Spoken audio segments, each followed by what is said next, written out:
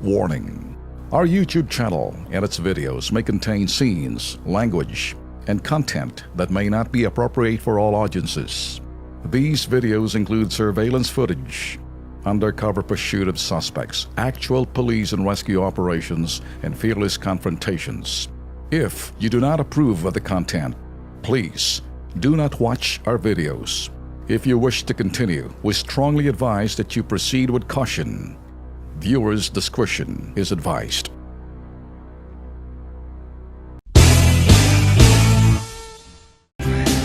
Musta ho kayo mga suki ho natin? Ano, paano ho natin ang music na kapag nakikinig ho kayo sa akin, hindi ho kayo may stress. kung tutusin, dapat ho itong programa na ho to, stress-free. I don't want you to be stressed. Listening to me or following me, yan lang ho aking masasabi ho sa inyo. Umpisahan ho natin mga boss. Alam nyo, kung pag-uusapan ho talagang itong mga intestinal fortitude, eto ho yung mga tibay at sikmurat laman loob ho nitong mga dilawang media. Ako ho'y derechahan ho tayo. No holds bar ho ako eh. No holds barred. Tayo ho dito unfiltered. Anyway, if I'm not gonna tell you exactly kung sino ang target natin, para kaya pa ako umupo rito eh. Para akong walang bayag niyan. At hindi ko trabahong tumira ng tumira, umupak at tirahin kahit sino. I will just simply have to tell you something and analyze this. You know what? Analysis is based on evaluation of facts. And facts, pag sinabi ho natin, are events. And not only series of events, it's either events, people, and developments. Doon ho makikita nyo, pag tinignan nyo ho na maigi, laliman nyo lang ho ang inyong pag-i-evaluate para ma-analysan nyo ho. Kasi ayaw ho natin maabuso yung salitang analysis. Tandaan, iba ho yung pag-a-analyse at ibang pagkokomentaryo. Minsan nga ho, may narinig ako, journalist pa naman, hindi niya makita ang pagkaibahan. Yung kaibahan ng sinasabing analysis and commentary. Sa kanya, pareho lang daw pag-a-analyse at pagkokomentaryo. Mali! Ewan natin kung dilawan ka rin. Now, ngayon, tuwirin ho natin. Okay, diretsuhin na natin dito. Itong mga boss, ano? Alam nyo, itong administrasyong kasalukuyan, sinisikap po nila na talagang dito ho sa sinasabing administrasyon itong pangalan Rodrigo Duterte, presidente ho natin, na matatapos ho itong terminolohiya niya, na yung termino niya na abutin ho na in 6 years na ang dating ho, yung salitang terminolohiyang gagamitin ho natin, build and build the golden years of infrastructure na mangyayari ho sa administrasyong ito. Ang siste, meron hong dyaryo dyan, nakapareho na ng Philippine Daily Inquirer. Traditionally, dilaw ho to eh. Dilaw ang abdo nito eh. Dilaw ang mata nito eh. Dilaw ho ang abs nito eh. Dilaw ho ang laman loob nito. Dilaw ho mga sikmura nito eh. Pasintabi na lang dyan sa Kuya Boy, Kuya Mon. Kung total, kaya nagsusulat sa Philippine Daily Inquirer, it's not about you. It's about yung pinagagawa ho ng inyong dyaryo. Of course, I'm a columnist of Philippine Star, Filipino Star ngayon, PM. Ako ho, hindi ho pinagtatanggol. Sa akin lang ho, bakit ko sinasabing, eto ho the intestinal fortitude. You know, ano bang ibig sabihin ng intestinal fortitude sa Tagalog? Yung tibay ng sikmurat laman loob. Yun hong sinasabing cowardly views and imbalanced news. Sabi nga nila, fearless. No, it's not fearless. It's cowardly. No, it's not balanced news. It's imbalanced news and creating fake news. So all I'm saying dito sa inyo mga boss, you know, eto hong example ho na sinasabing dilawang dyaryong pangalan ay Philippine Daily Inquirer, politically incorrect na yellow media ho to. Kasama na ho dyan ng ABS, kasama na ho dyan ng GMA7. I don't care kung magalit ko kayo sa akin. Titirahin nyo ako, titirahin ko rin kayo. Magtirahan tayo rito hanggat tingnan natin kung sinong sasabog ng laman loob. Kasi ito hong, basahin yung editorial ho ngayon ng Philippine Daily Inquirer. You know what's in their editorial, mga boss?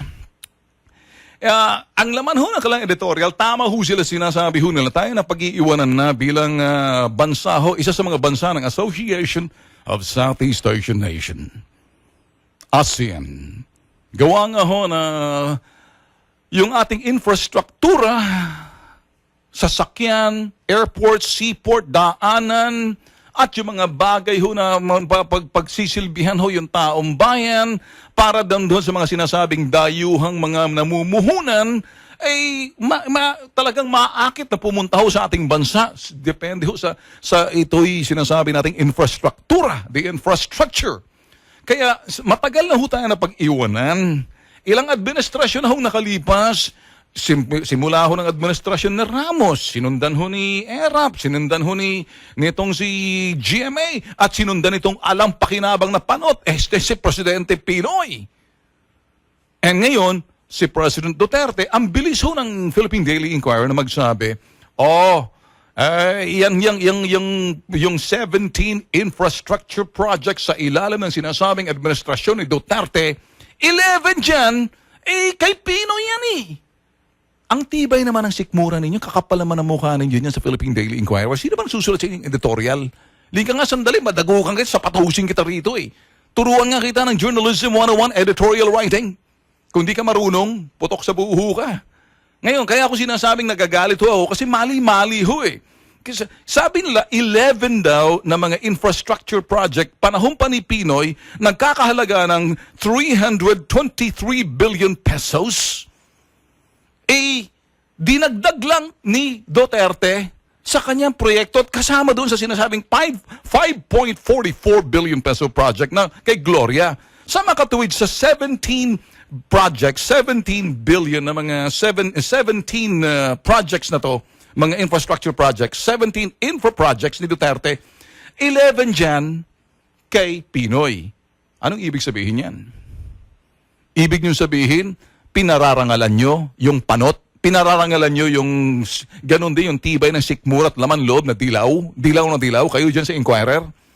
Are you proud?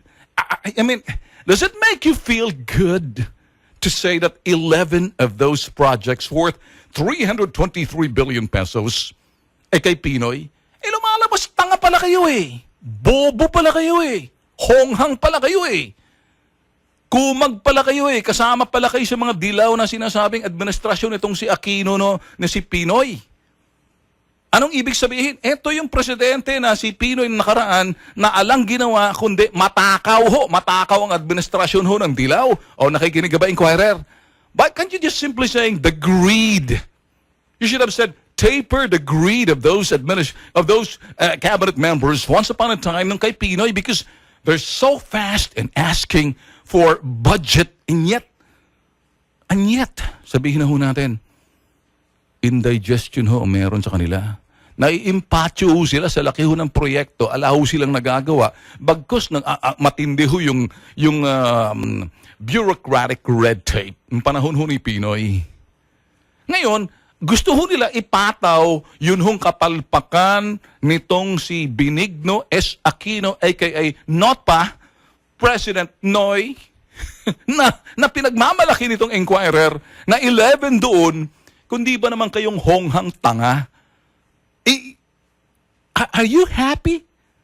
Hindi ba parang instead of saying yung 11 na infra project na hindi natapos nitong mga eng-eng na mga nasa dilaw, pinagmamalaki nyo? Pinapataw nyo kay Duterte? Hindi pa nga nag-uumpisa yung pobre. Kung hindi ba naman kayo mga nakatuwad ng kokote ninyo dyan sa Inquirer? Boss, Kuya Mon, baka magagalit ka. Inquirer ka eh. Ngayon, sinasabi ko lang dito, total. Anyway, hindi naman ikaw nagsulat ng editorial, kasama mo siguro dyan. Kasamahan nyo siguro dyan sa Philippine Daily Inquirer. Eng-eng! Bakit? Can you imagine that you have to say 11 doon sa mga infra project worth 323 billion kay Pinoy na ngayon inaako. Hindi naman inaako ni President Digong, bagkus tatapusin na lang ni President Digong yung mga bagay na hindi natapos nitong katakawan nitong mga dilaw. Kaya nagkakaroon sila nagkaka-impatyo sila sa mga budget na kay laki-laki, hindi naman ho ginagamit bagkus pino-force savings nila. Kaya nga ho naisagawa yung sinasabing Disbursement Acceleration Program, hindi pa ho tapos yung sinasabing budget. Nagsaset aside na ho sila para magamit ho nila sa kanang katarantaduhan, kalokohan na pinagmumudmud ho. Isa ho dyan si Trillanes na kinabang ho dyan sa sinasabing Disbursement Acceleration Program. Na ngayon, pero natektahan naman itong si Conchita Morales, itong si Pinoy, at iniipit lang itong isang panot na kumikintabang ulo na ang pangalan ay Abad. O ngayon, nasasaktan ba kayo? What can you say, Philippine Daily Inquirer? Basahin nyo nga editorial ninyo ngayon. So ngayon, ang point dito, instead of saying this in your editorial, President Noy, you better watch out. Please don't follow the footstep of the previous administration, the Aquino administration that we supported so much that we licked the butt of President Noy, and we don't want you to follow his footsteps because there are about 11 infra project worth 323 billion pesos never get implemented because there's a problem with integrity when it comes to billing. When it comes to bidding, may problema ho sa integridad ho ng pagbibid ng mga proyekto. Saksakan ho ng sinasabing katiwalian. Nakita niyo ho sa MRT? O ngayon, nire-report niyo ba yan, Philippine Daily Inquirer? Nasusulat niyo ba yan? Nung panahon ni Pinoy, tahimik lang kayo mga putok sa buong iho de pulburong ngayon eh. Ang kakapal na mukha niyo kung magsulat kayo dyan, ngayon, hinahambalos ko kayo eh. Kasi kayo yung mga cause na kung saan pagdating doon sa ibayong dagat, kayo rin ang pinagkukunan nitong mga putok sa buong dilawang media, dilaw din yung mga echas doon sa Amerika, doon sa ibang lugar. Kasi kayo yung source eh. You guys are politically incorrect. You have, you know what? I think you have a coward views, imbalanced news. I don't believe that you are fearless views and balanced news. Tell it to the Marine hogwash. F you. Am I angry? No. Unfiltered. No holds barred. You guys listening to me, Inquirer? Please don't take it against my brother na Simon. He's got nothing to do with this. We can disagree, but I'm sure that he will agree with me also.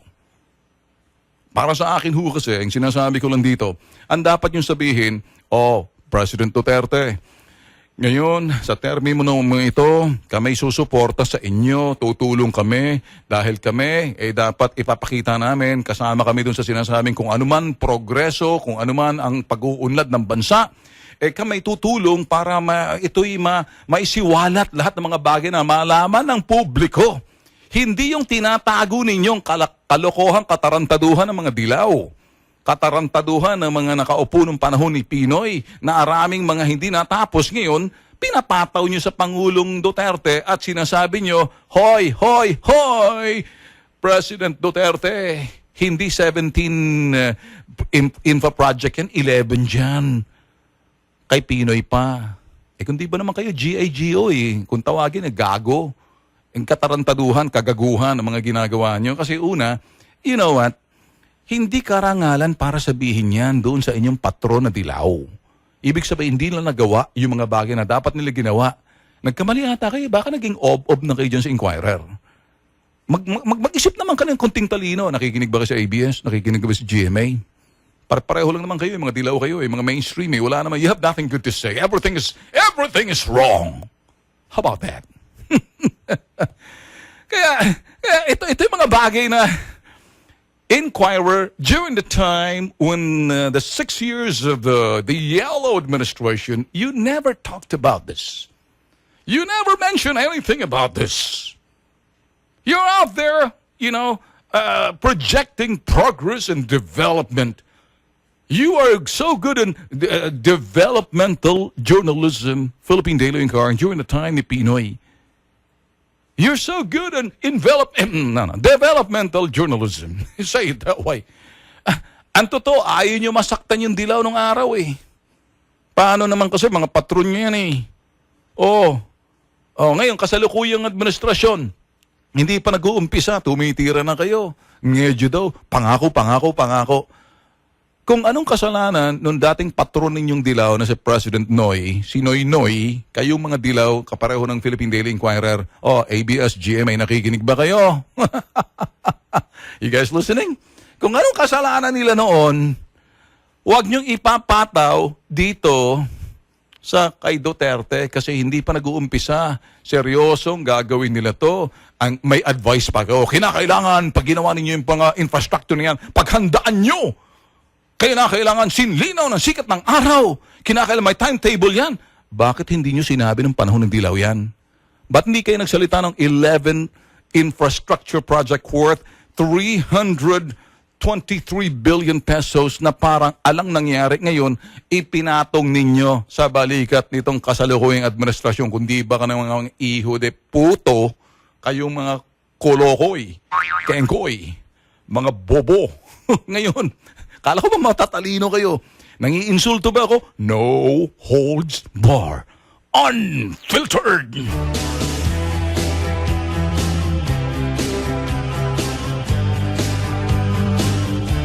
Okay, mga boss.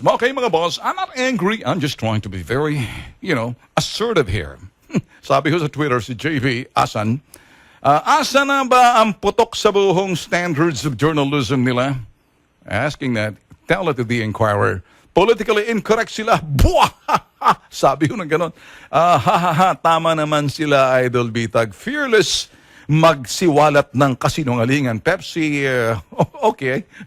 Tapos, bakit pa kasi hindi ipasara yan? Okay, wag mo naman ipasara. Kasi pag ipasara mo yan, baka sabihin inapi sila. At bakit mo papasara? May karapatan naman silang magsiwalat ng kasinungalingan. Nasa sa inyo na lang kung magpapaniwala kayo sa mga fake news and lie news.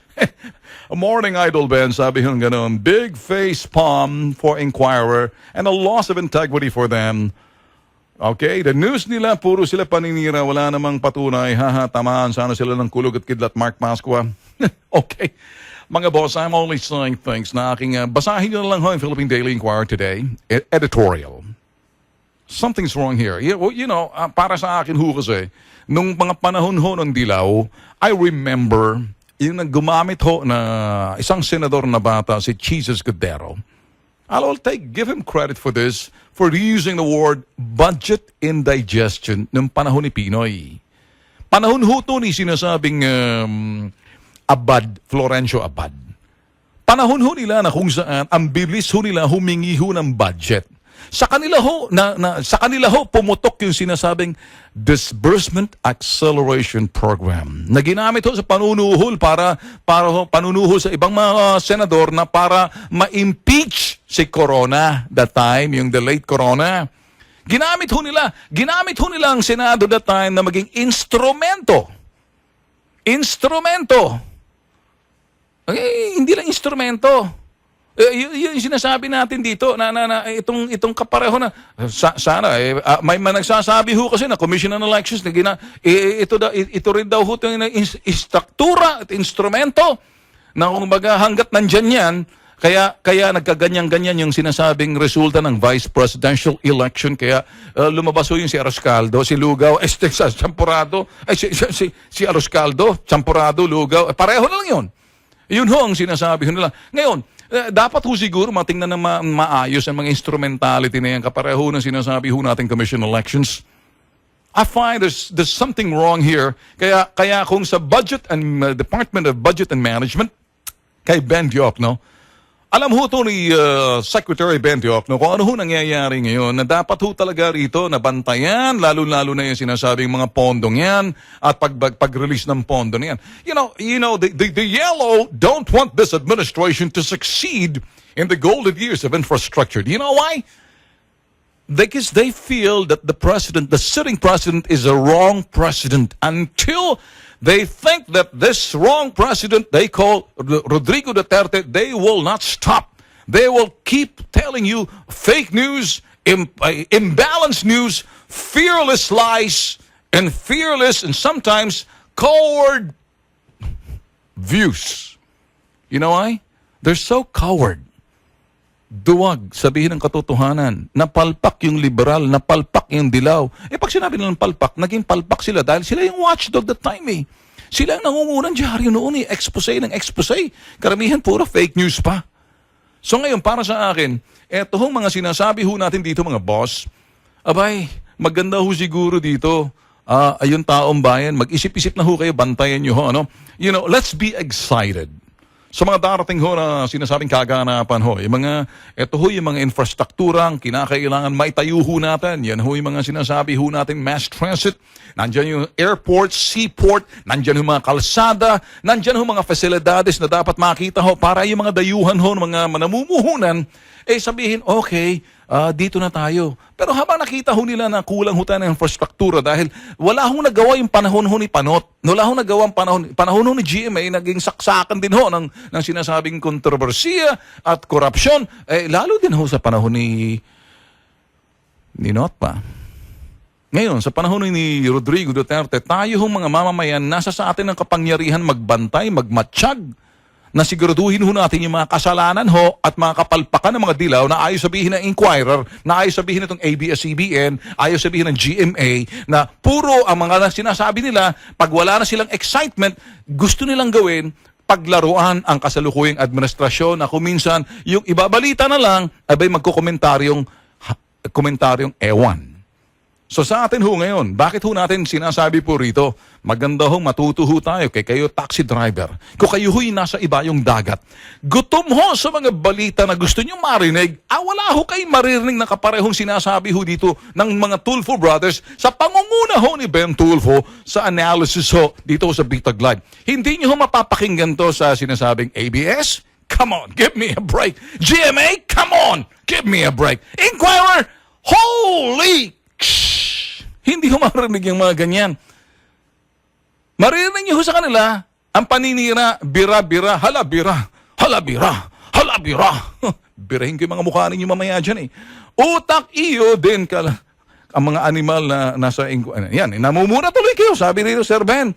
Kaya ang sarap din ingud-ngud ang magmumukha ng itong mga Inquirer na yan. Dati araw-araw kong bumili ng tabloid, hindi tabloid, malaking dyaryo yan. Sabi ng Rodora Pineda, tama kayo, Sir Ben. Wala. Hulog na yan. Masyadong bulok ang utak na yan. Sobra-sobra talaga. Sabi kakapal na mukha talaga ng mga pagmumukha ng mga yellow tard na yan. Ay, Sus Maria Josep.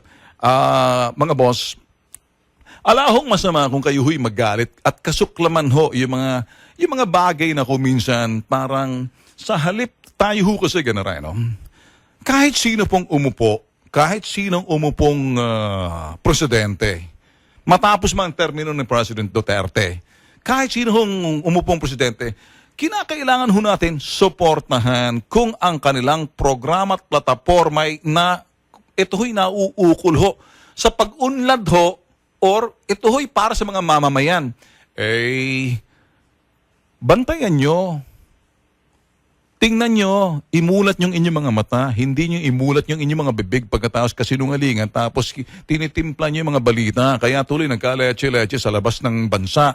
Eto naman yung mga ibang mga nasa, sa mga ibang bansa na mga media, ang nilalapitan nila, naturalmente, Inquirer, ABS, GMA, at yung ibang mga dyaryo pa dyan na ewan natin kung may karga, ay Sus Maria Josep. So, eto ho sa atin, Kaya natin sinasabi ito mga boss, hindi pa nag-uumpisa si Duterte sa kanyang infrastructure project. Bantayan na lang natin kung nakikita natin may kapalpakan ng kanyang mga gabinete, tsaka tayo magsasalita. Hindi pa nag-uumpisa, tumitira na kayo. Dinadown yun na sinasabing Dutertenomics. Bakit? Ayaw nyo kasi mag-succeed eh. Kasi tingin nyo mali yung presidente. Sa pagbabalik ko, sunod ka. Ikaw na susunod. Ikaw, asong ulol ang susunod. O si Lugaw, pinila na natin. Kadamay Pag nagalit sa mga kadamay na yan, parang binabansagan mo, komunista. Oo nga, nang agaw sila ng bahay. Oo nga, parang anarkiya. Oo nga, nang agaw sila ng bahay at gustong libreng patubig, elektrisidad, ek. Pero wag mo sasabihin na para sila ay mga komunista. Taranta ka pala eh. Ikaw talaga Trillanes ka, umayos ka nga ha.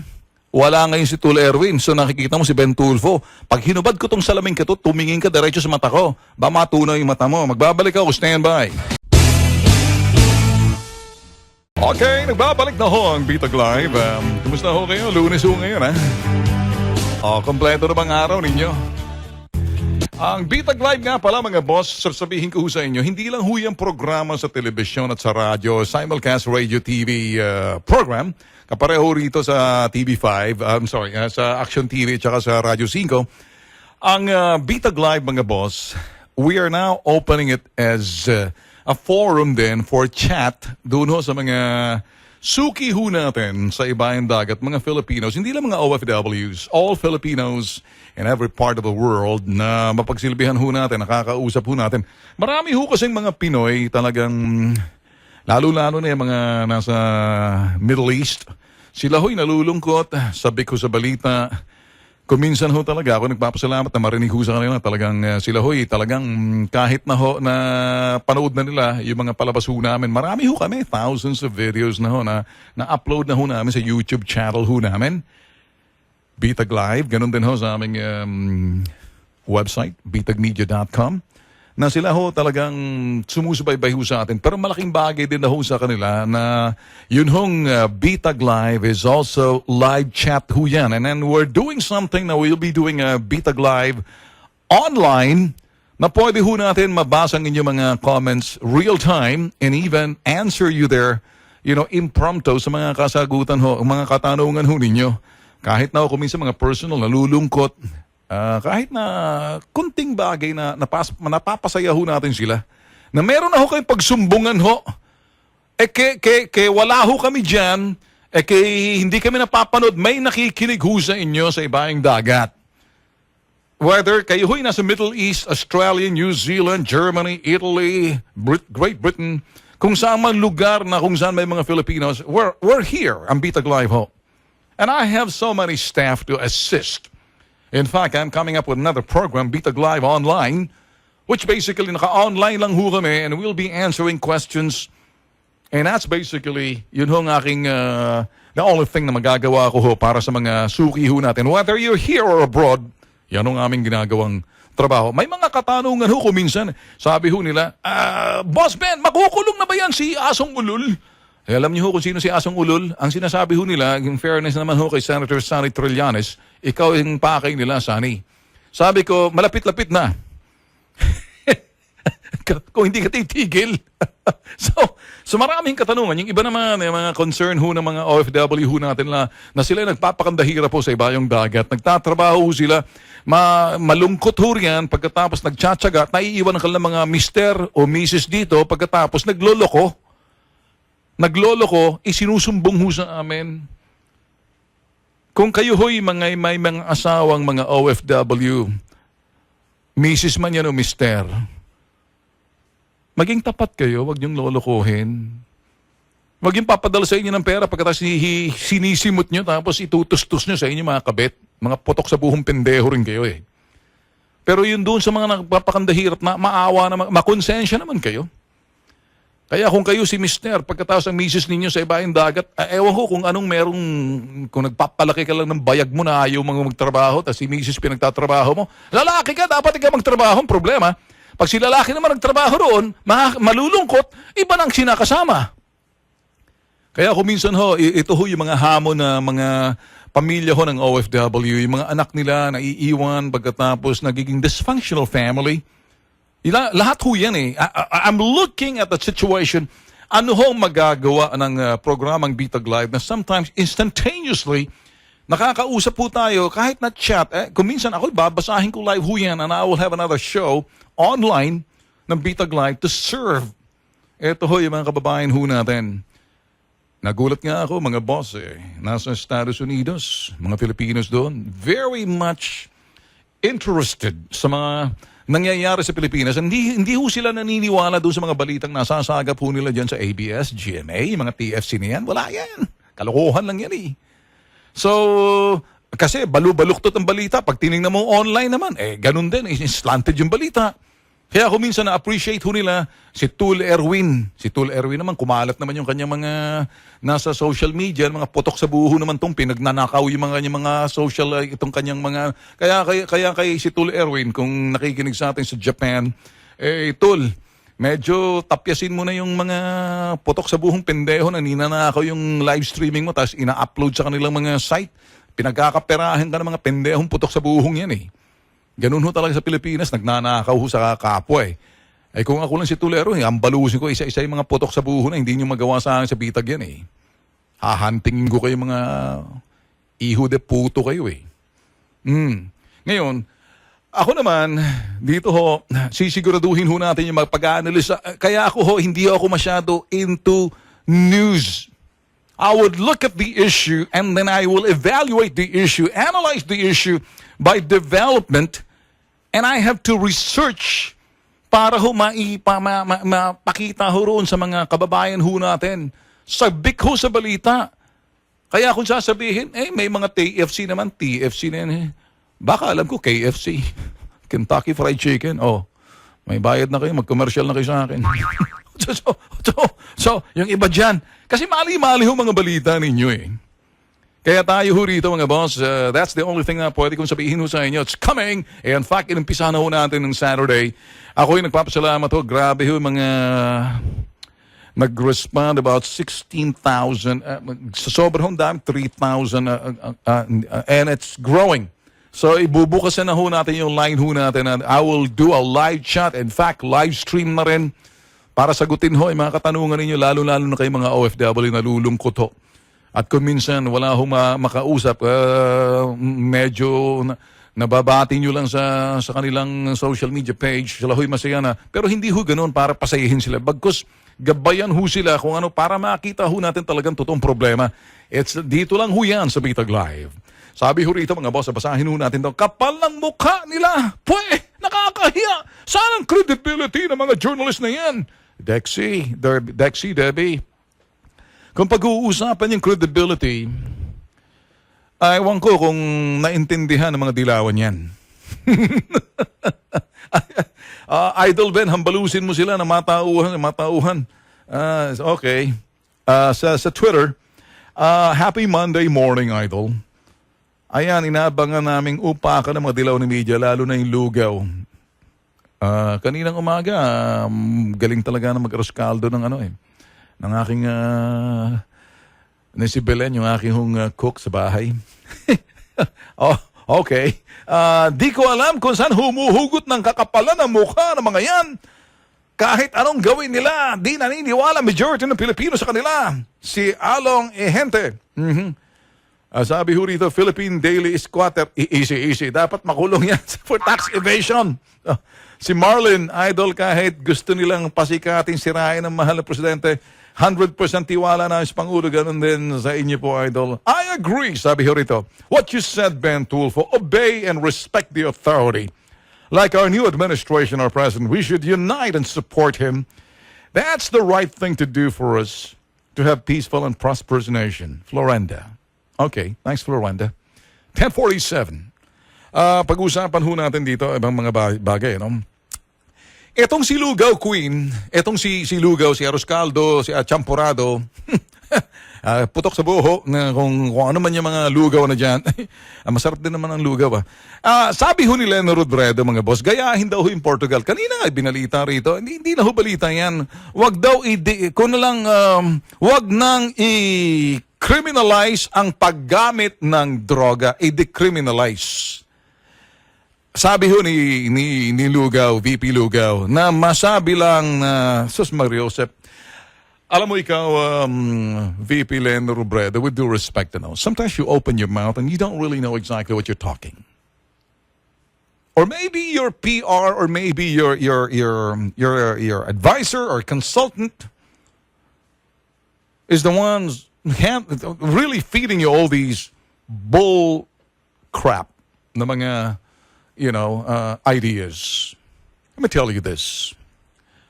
Decriminalize the use of drugs? Are you kidding? Ibig sabihin, okay na lang kung gumamit ng droga, wag nang gawing krimen, at bagkos tulungan, i-rehabilitate na lang. Abay, lugaw nga talagang utak mo, ha? You know, this is not Netherlands, this is not Switzerland, this is not European countries, this is not the European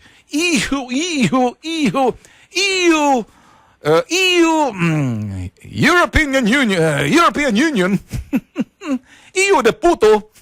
This is not that. Iba ho yung mga bansa na yan. May pera yan, may kaya yan. Kaya nila illegalize yung prostitution, kaya nila illegalize the use of drugs, and all you do, pag medyo they get hooked on drugs, the government can come in and intervene and give them rehabilitation. Dito nga sa bansa natin, Vice President Lenny, makinig ka. Mahirap ang bansa natin eh. Kapit sa patalim. Wala nang ang pangkain, decriminalize mo pang droga. Ngayon, pag ginawa mo niyan, total, decriminalize ng droga, di maglalako na lang ng droga kahit saan, di tataas ang bilang ng krimen, tataas ang patayan, tataas ang lahat. Anong gagawin mo? Padodoblehin mong trabaho ngayon. Tapos pag nagtrabaho mga pulis, sabihin nyo, abuse. Kung di ba naman nakatuwa din kokote mo siguro, ano? Sino bang nagsasabi sa inyo yan?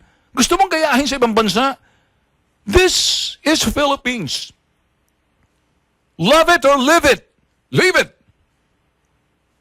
Kung mahal mo to, hindi mo papayagan ang droga gawing legal, i-decriminalize ang the use of drugs. Yun bang gusto mo sabihin, Lenny? May pera ba tayo? Yeah, ang ginagawa natin, the president's campaigning for the drug and continues to do a drug war and making sure ni-rehabilitate yung mga taong gustong ma-rehabilitate. Pero kung sinasabi mong, wag na natin decriminalize na yan para wala nang paggamit. Kung sinong mga gustong gumamit ng droga, okay lang. Kung sinong gustong bumili ng droga, okay lang. Di pinalaki mo yung sinasabing drug business and drug industry. Drugs International. Hindi ka ba nanonood sa Philippine Daily Inquirer? This is a billion, if not trillion-dollar business ang droga. Is that what you're saying? It's so easy to make it legalize the use of drugs. It's so easy to say, i-decriminalize kung sino mahulihan ng droga, wag na ng pakulong. Wag sampahan ng kaso, i-rehabilitate na lang. Kung di ka ba naman, halika nga sandali, ubarin ko tong sapatos, kung papalo ko sa ulo mo to eh. What are you saying? You can't do that sa Pilipinas. Bagbabawal mong paggamit ng droga. At kung sinong gagamit ng droga, kinakailangan. Sampahan ng kaso yan. Pag nanlaban yan, nanlaban ka, anong dapat gawin sa'yo? Alangan ba naman aangga-anggain ka? Nakikinig ka ba, Lenny? Huwag kang gumaya doon sa mga ibang bansa na nakikita mo, gaya-gaya, putumaya ka lang. Kung ikaw magiging presidente ng Mario Josep, kahiya-hiya ka, baka kung saan tayo pupulutin sa kangkungan. Ito kasi, ako, sinisisi ko yung lintik na Mar Rojas na yan eh. Sa pagiging desperado ni Mar Rojas, maghanap ng maging vice president niya na walang gusto maging vice president na dung panahon ni Mar Rojas, aksidente lang naman tong putok sa buhulong to si Leni Robredo. Napili na lang siya kasi balo, para kaawaan. Wala naman talagang kapanapanalo tong kumag na to eh. Ngayon, itong Commission on Election nagamit na aparato nitong si Panot. Ang nangyari, natulog lang tayo. Paggising na natin, iba ng VP. Marami nagsabi niyan, di ako. Tapos ito, kaya kita mo yung mga out of this world, manggagaya ka lang. Sus Mario Josep, manggagaya ka lang, gayahin mo na yung medyo umuubra. Huwag yung salita ka ng salita eh. Hindi ka nakakasiguro muna. Ganito muna. Decriminalize the use of drugs in the Philippines. Decriminalize anybody seen, kung makita na may mga daladalang droga, wag na sampahan ng kaso. Anong gawin? Rehabilitate agad? Kundi ka ba naman, susungalang lang kita mamaya ng sapatos ko sa bibig mo eh. Tumigil ka na nga. Sus Mario Josep ka.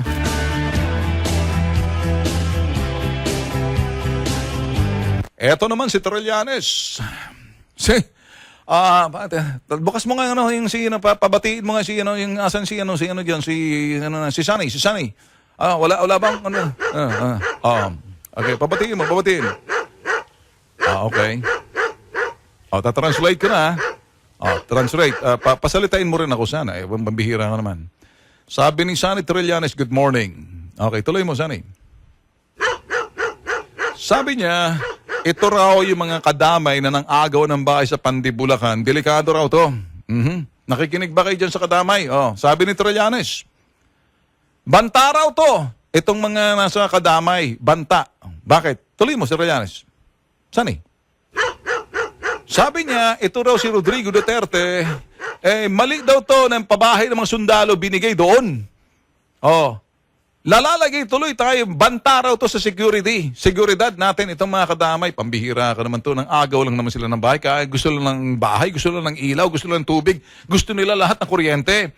Pero huwag mo naman sabihin banta sa seguridad. Gusto mo sabihin, baka anarkiya ang ginawa. Ganun ba? Nasaan yung hatahol ito? Nawala ka ng boss. Inaantok ka ba, Sunny? Bigyan mo nga ng buto to, parang gutom ata itong putok sa buho na to eh. Mangkalkal nga kayo dyan ng mga tira-tira dyan sa Jollibee, tsaka pakainin mo nga muna itong kumag na to. Ako, binibigyan ka ng pagkakataon, ayaw mo magsalita, ayaw mo kahol ka naman dyan, papatiin mo. Okay. Sabi niya, ganito, mali daw si President Digong na pinabayaan na ibigay yung mga sinasabing pabahay doon sa Pandibulacan dito sa kadamay dahil itong mga ito, pantataw sa seguridad ng Pilipinas. Bakit? So ano? Tuloy mo. Kasi daw yan, pabahay sa mga sundalo. Ano pa? Hindi mo na kayang sabihin ang mga bagay na gusto mong sabihin kasi sabi niya, kung hindi raw siya magsasalita, wala na siyang sasabihin, wala na siyang, kumbaga, sabi niya, pakiulit nga ulit. Kaya raw siya nagsasalita kasi hindi raw siya sang-ayon doon sa pag-agaw ng pabahay dito ng mga kadamay. Tama?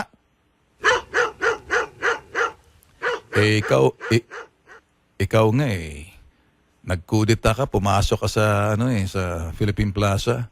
Ang mga itsura ninyo, sabi ng waiter doon, nakilala ko. Sabi niya, Boss Ben, pumasok din sila sa Trillanes. Akala ko mga hip-hop nung araw mga yan eh. Bakit? Ang mga pantalon nila, ang luluwag mga boss eh. Tapos sa mga t-shirt na luluwag. Sabi ko, paano? Akala namin sila may concert. Akala namin may mga rappers, mga dating yan. Bakit? Pumasok sila dito noon sa Manila Pen. Yung pala, ang lalaki, parang akala mo, parang silang mga may luslus eh. Ang lalaki ng mga pantalon, hawak-hawak na parang akala mo, hawak-hawak daw yung mga yagballs nila na parang akala mo, mauhulog. Sabi ko, bakit ganun? Yung pala, boss, kaya maluluwag, doon pala nakasingit yung mga Armalite nila, yung mga armas nila. Ayun. Pagkatapos, bandang huli, ng away-away, abay, tinira yung mga sobrekamat, tsaka mga kumot. Ikaw nga tinira niyo yung nagrereklamo ko, ito mga kadamay, mahirap lang to.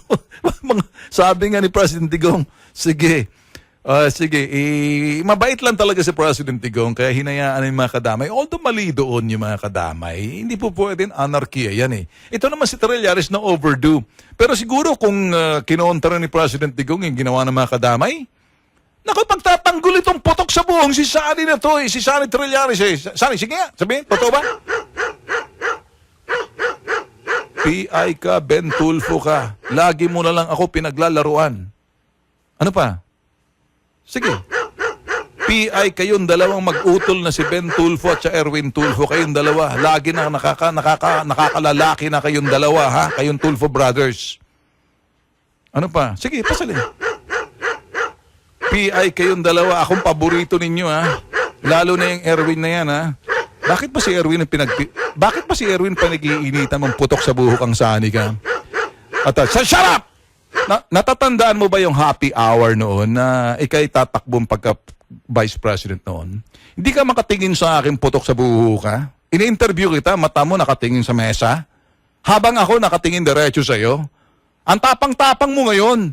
Parang kung sisino ka, tapos nagagalit ka pa kay utol kay Erwin. Batang kapatid ko yan. Pag tinalo mo yan, tinalo mo na rin ako. Pag kinanti mo yan, kinanti mo na rin ako. Kukuyugin ka namin dalawa. Sige ka. Kaloloko-loko, ha? Parang sinasabi, pakiulit sinabi nito, pakiulit sinabi itong si Sunny. Ano sabi? Nakakalalaki na, lalaki ako! Loko-loko ka ba? Ano bang gusto mo? Oy, makinig ka, Trillanes, lalaki si Ben Tulfo. Hindi ka nga makatingin sa mata ko nung panahon ng eleksyon. Ngayon, si Erwin, kinakanti-kanti mo. Dagukan kita mamaya dyan. Umaayos ka nga. Ala na hong oras. Shut up! Shut up! Tumigil ka! Mamaya,